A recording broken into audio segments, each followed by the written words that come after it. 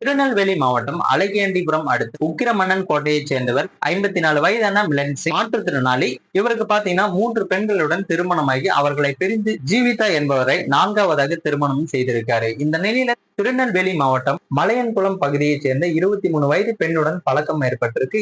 இந்த நிலையில பெண் அதே ஆண்டில மாயமும் ஆயிருக்காரு. இது குறித்து அவரது பெற்றோர் திருநெல்வேலி மாவட்டம் குளவிக்குளம் போலீஸ்ல தனது மகள் காணாமல் போனதாக புகாரும் அளிச்சிருக்காங்க. அதே நேரத்துல கிருஷ்ணகிரி மாவட்டம் எரஹள்ளி அருகே தர்மபுரி கிருஷ்ணகிரி சாலையின் ஓரமாக கிடந்த 2016ஆம் ஆண்டு பாதி எரிந்த நிலையில் கிடந்த இளம் பெண் சடலம் கிடைத்திருக்கு.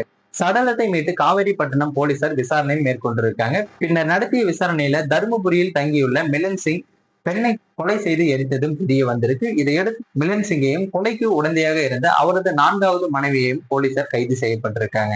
இதற்கிடையே பெண் மாயமான வழக்கு மற்றும் கொலை வழக்கை இணைத்து இந்த வழக்கை சிபிசிஐடிக்கு மாற்ற அரசு உத்தரவிட்டிருக்கு. விசாரணையில மிலன் சிங் பெண்ணை ஆசை வார்த்தை கூறி தர்மபுரி அடுத்த வெண்ணம்பட்டி வீட்டு வசதி வாரிய குடியிருப்பில் வாடகை வீடு எடுத்து அடைத்து வைத்து தொடர்ந்து அவருக்கு பாலியல் தொந்தரவு செய்து அடித்து துன்புறுத்தியதும் தெரிய வந்திருக்கு. இதை பொறுத்து கொள்ள முடியாத பெண் தகராறு செய்திருக்காங்க. அப்போது ஏற்பட்ட தகராறுல மிலன் சிங் பெண்ணை அடித்து கொலையும் செய்திருக்காரு. கொலை செய்யப்பட்ட அவரது சடலத்தை நெடுஞ்சாலை ஓரத்திலேயே பெட்ரோல் ஊற்றி எரித்தும் இருக்காரு. இந்த வழக்கு கிருஷ்ணகிரி மகளிர் விரைவு நீதிமன்றத்துல நடந்து வந்த நிலையில தீர்ப்பும் அளிக்கப்பட்டிருக்கு. நீதிபதி சுதா தன் தீர்ப்பில் குற்றம் சாட்டப்பட்ட மாற்றுத்திறனாளியான மிலன் சிங் மற்றும் அவரது 4வது மனைவி ஜீவிதா ஆகியோருக்கு ஆயுள் தண்டனையும் விதித்து தீர்ப்பளித்திருக்காங்க. குற்றவாளிகளுக்கு இந்த தண்டனை கொடுக்கப்பட்டது சரியானதா என்பதை மறக்காம கமெண்ட்ல பதிவு பண்ணுங்க.